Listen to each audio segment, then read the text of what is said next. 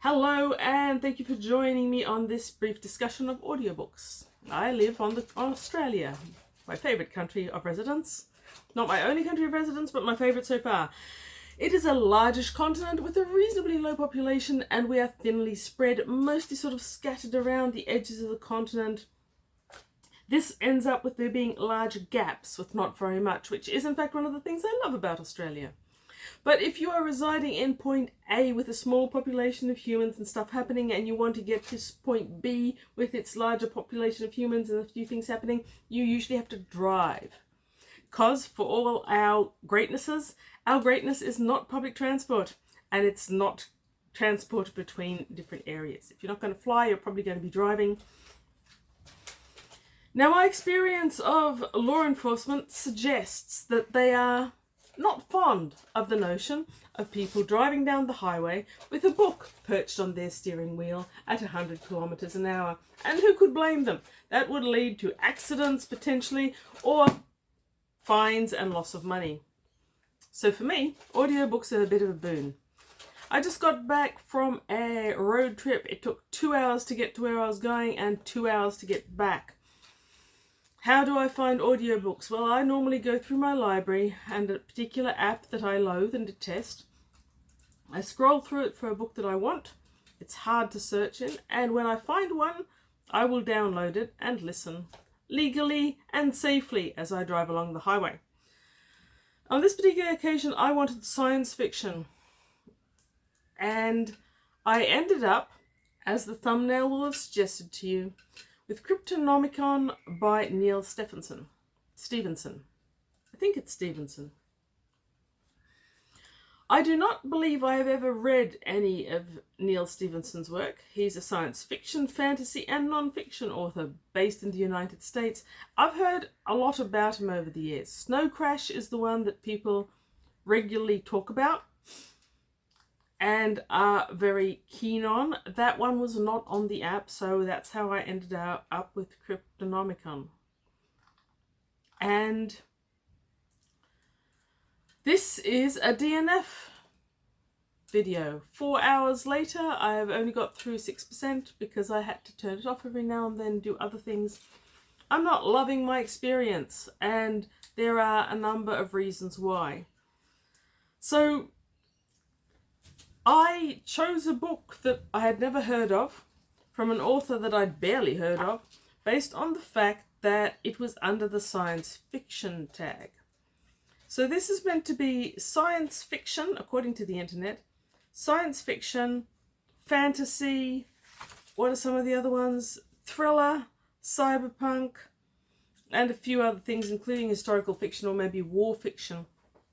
After the first 40 minutes, I am unclear that any of the alleged tags fit. They probably do eventually, but at over 900 pages, I think at the 6% mark, I would have expected something to knock at my consciousness of science fiction, and I didn't get that. The 40 minutes was dull, largely. It was certainly not a thriller, it was a duller, and I was kind of bored with it, to be honest. It does sound very pretty, so I'm sure it's very well written, and in his own sphere, to his own audience, I'm sure they would love this book too. If you look on Goodreads, you will see an awful lot of 4 and 5 star reviews for this, so clearly I am in that tiny minority that don't think that Neal Stephenson invented white bread. But it starts in 1941 with some American soldiers somewhere in China. It's a Saigon, Shanghai, probably Shanghai, I'm not sure, somewhere in Asia. It's all very military gung-ho in tone, so it will suit people that like historical fiction. Pretty sure Neal Stephenson was not in World War II. And that military vibe. The first section, you've got a truck, an American truck bearing American soldiers and stuff, trying to get down to the harbour to load onto a ship, a warship. And we get a intensely detailed and quite extensive description of what the banking district of this downtown Chinese city looks like on Friday afternoon, with all the bankers' notes being sent from one to the other in return of silver. It's a vibrant and very detailed scene, and it's actually quite interesting. It's quite nice. I think there were characters in it. They weren't noteworthy, but I think they were there. And I did wonder if, based on the name Cryptonomicon, Stephenson was trying to make a point about how money in our society is a construct. It's not a real thing. We behave as if it's a real thing, but it's entirely a construct. And our attitudes towards the cash and the cash flow and the things that we do around it could be seen as quite ludicrous to someone from the outside. Because from the point of view of the reader, this financial district's money movements on a Friday afternoon are wild and ridiculous and quite funny. Was that what he was getting at? I've got no idea. He didn't follow it up. We bounced from there to some other time and place. I think we were still around the 1940s at that stage. Some guy who's obviously clearly on a spectrum is very good at maths, but he's studying engineering at some American university. He gets a 1-year residency in Princeton and falls in with some guy whose name he can't remember, but he regards him as Al, and they talk math. I defy anyone to not have realized that Al is actually Alan Turing long before the great reveal of it all. And they're talking about maths and logic systems and building a machine that's clearly a reference to the Turing machine, and so on and so forth. We then bounce around to somewhere else. I think this time we were in the 90s, and there's some guy called Randy who's talking to some other guy called Abby, or possibly Avi, who is in Malaysia and wants him to come out to do something with computer stuff. Then we bounce around back to 1941, where we're back with possibly the same guy in army stuff.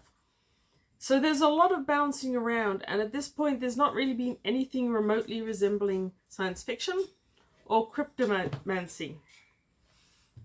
And yes, it all did sound quite pretty, and this flow of words.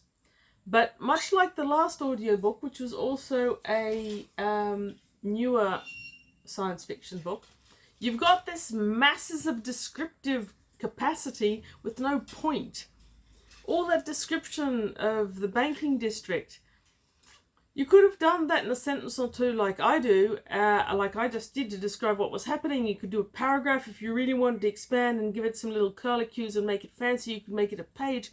No, we got a lot of minutes. We got about 100 kilometers down the road of this banking district that has never reappeared since, and I don't think it ever will. Same with the guy on the spectrum. We got abundance, masses of detail that I don't think we're ever going to use again. I don't think we're ever going to need them. I'm not even entirely sure if that character is going to resurface or not. Now, another problem is that the American guy who's really good at maths but is doing engineering is narrated by, I can't remember who the narrator is, and I honestly don't care enough to check. It's narrated with this bovine mooing voice. It's like, oh, I don't know.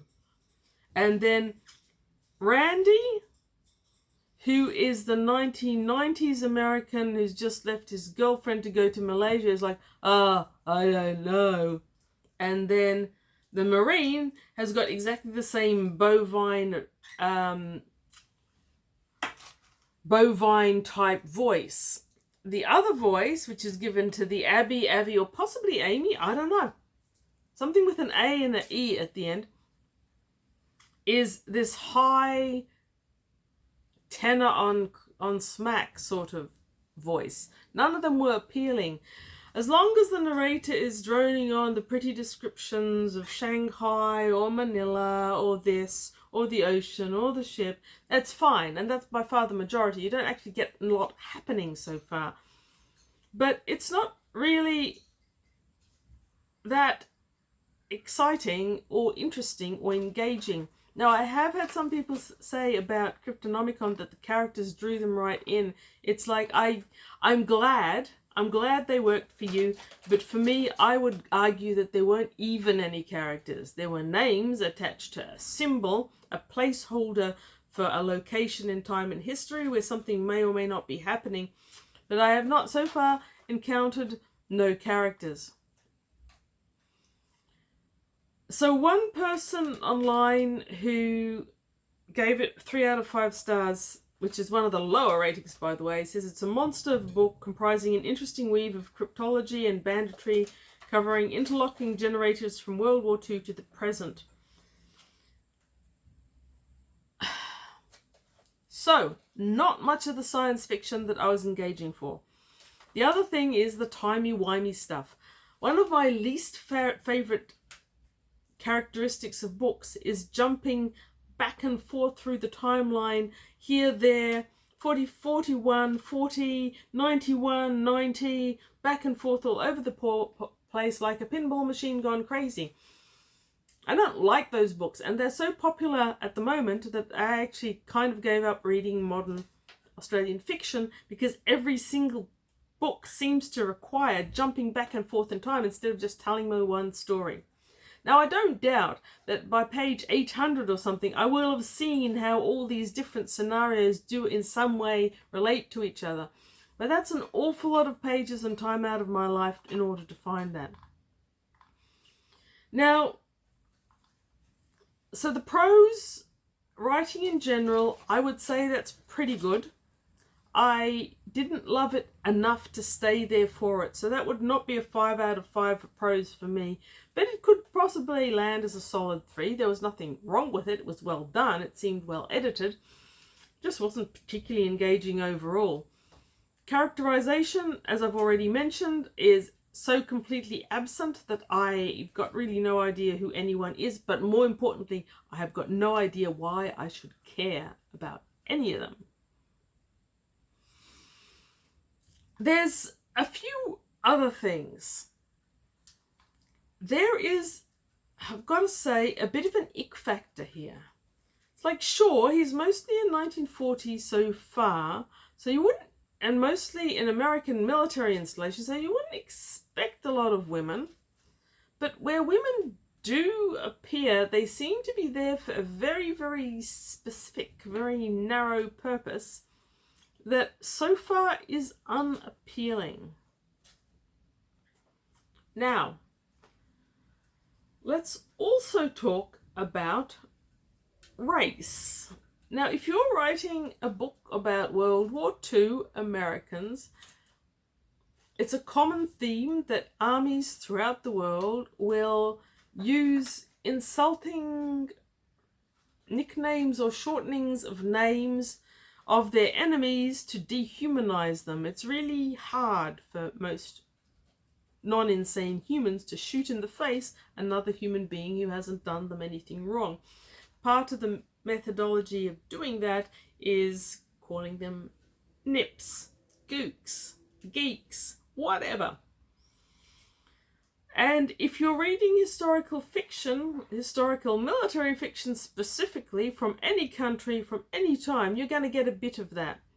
So you've got that in combination with the fact that I didn't like the timey-wimey stuff, in combination with the fact that the few women that have appeared do make me feel more than slightly uncomfortable about the motivations and intentions of our author, and that includes 1990. So I also read with my ears, this small monologue about when is it okay to use racist slurs. Apparently, according to the protagonist that was written by Neal Stephenson, it's okay to use racial slurs if you're just trying to abbreviate. I'm not saying that this represents the author's opinion, but it did represent the opinion of a character in that book who is in no way well enough developed to be holding that sort of opinion without controversy. he's got some weird views about a number of things, which he represents, or he allows his characters to represent for him in ways that I don't know what he's getting at. Is he trying to be satirical? If he's trying to be satirical, he's trying to do it in a language or a tone or a cultural norm that I don't get. They just make me uncomfortable. He seems to have some weird religion, atheism thing happening inside his head. I don't know what it is. But yes, there's just a whole lot of things that leave me mildly uncomfortable. There is nothing that has engaged me so far. In the 1990 version, Randy, who ditched his girlfriend to go to Malaysia because Amy rang him to join with them on some computer coding thing. Whatever all that was. That seems to be the only one that contains any hint of anything that could ever even slightly evolve into science fiction. So you've got coding of computers to do with making